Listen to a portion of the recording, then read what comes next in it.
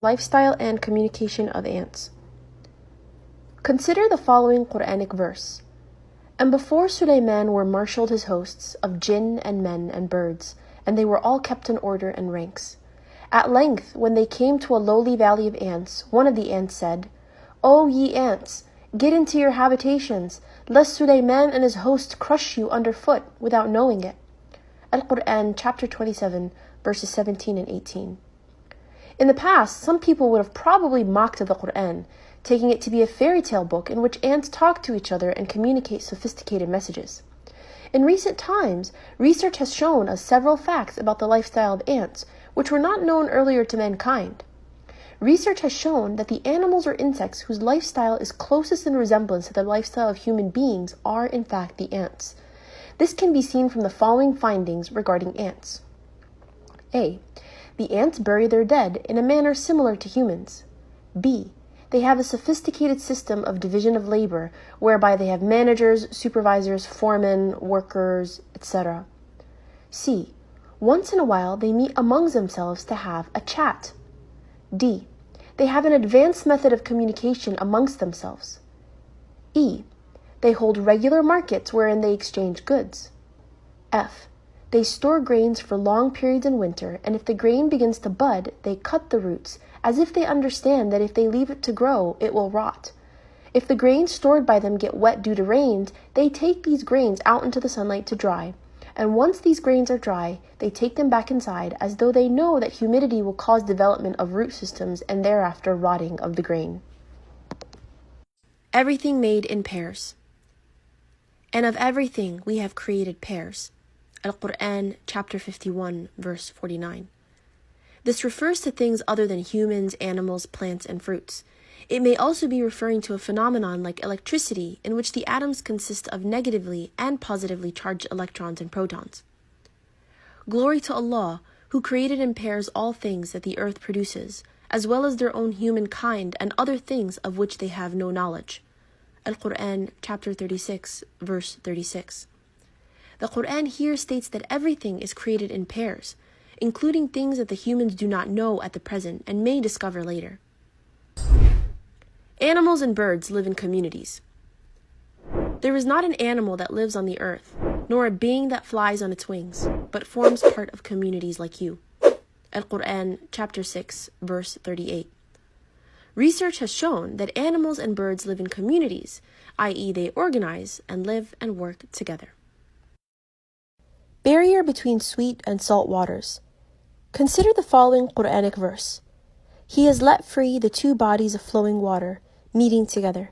Between them is a barrier which they do not transgress. Al-Qur'an, chapter 55, verses 19 and 20. In the Arabic text, the word barzakh means a barrier or a partition. This barrier is not a physical partition. The Arabic word maraja literally means they both meet and mix with each other. Early commentators of the Qur'an were unable to explain the two opposite meanings for the two bodies of water, i.e., they meet and mix, and at the same time, there is a barrier between them.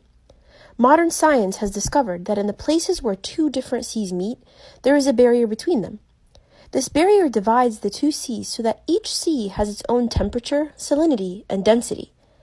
Oceanologists are now in a better position to explain this verse.